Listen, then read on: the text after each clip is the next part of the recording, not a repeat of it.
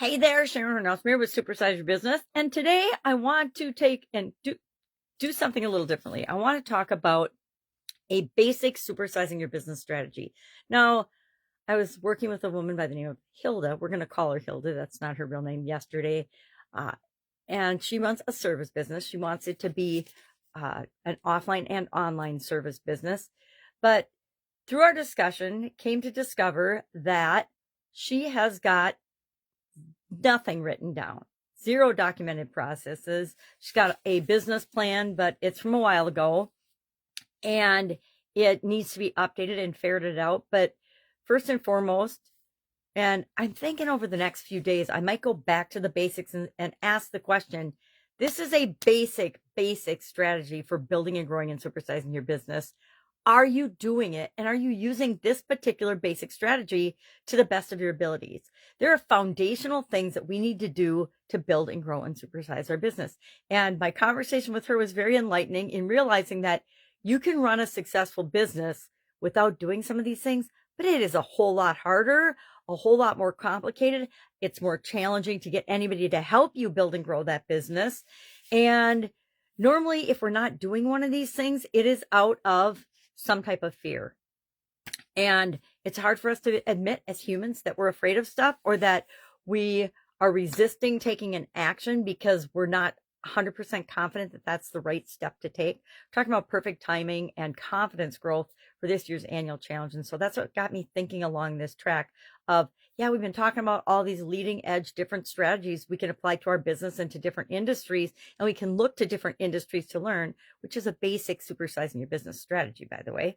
And I just got to thinking we need to start at the foundational things, because if you're missing a foundational block, guess what?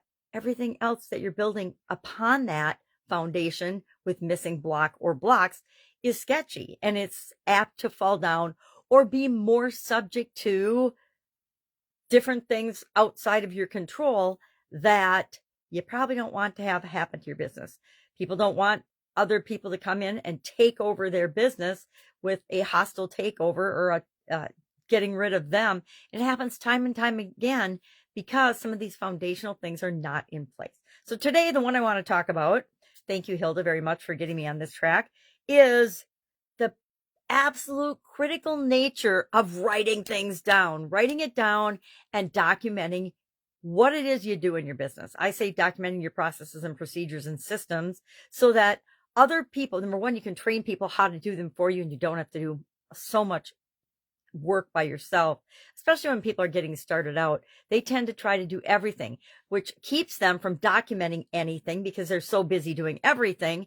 And then when they want to get somebody to come into the business and help them, they have no clue because how they're going to do it, because now they have to stop doing what they're doing to teach someone else a part of what they're doing in order to supersize and grow your business. But the secret is, if you write down what you're doing right now, how you're doing it, why you're doing it, your thought process, your decision-making processes, that becomes a tool that you can use to train somebody else and bring people on board. You can outsource different functions and aspects of the business because it's documented how you actually do that.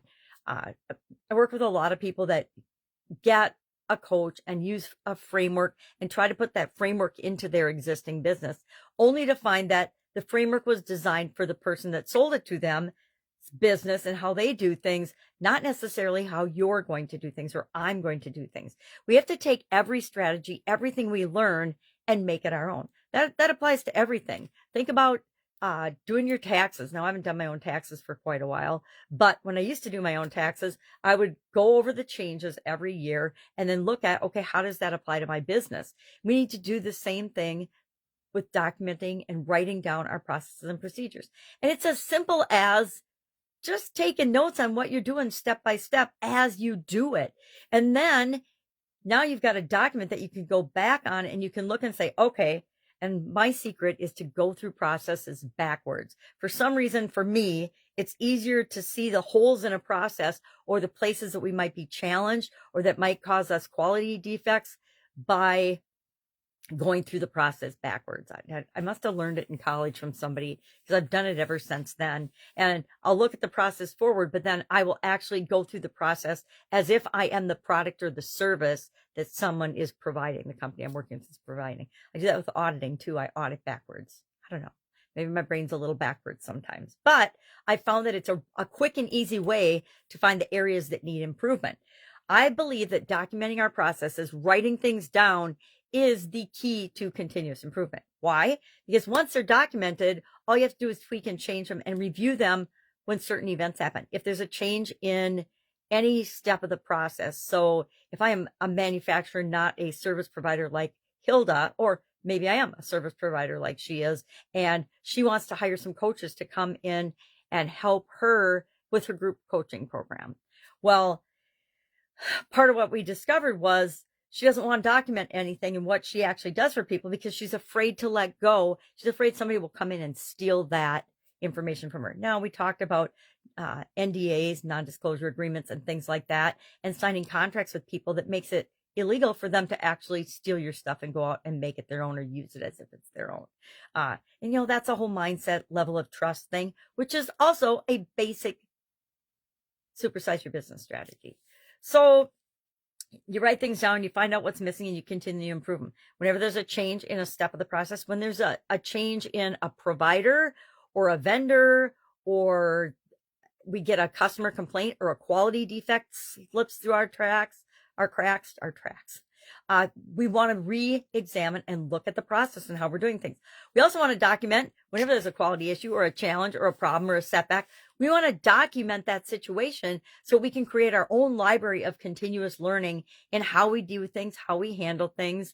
And guess what? We're not always going to handle things like perfectly the first time. We might have to go through several iterations before we get our, for example, quality control process or feedback handling process in place. How do we get feedback from our customers and then analyze and figure out and use that feedback to make our products and services better? So I'm going to call this one, write it down, document your processes as a basic supersizing your business strategy. I'm going to ask you to be super duper honest. Have you got documented processes in your business right now? And if not, we are just where we are, but that's something we want to work on and fix as soon as possible so that we can grow and build and supersize your business. I've never seen a business that has been able to grow and build and supersize without documented processes and procedures and a framework that they use to build and grow.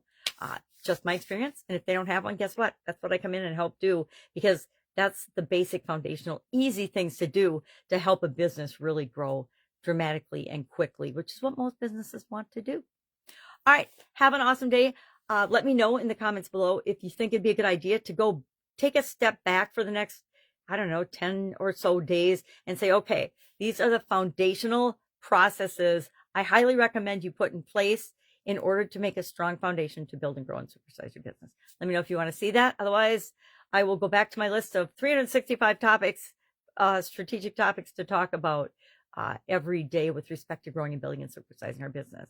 And I will continue to pull examples, real live examples, because I think they're a lot more powerful than just talking theoretically.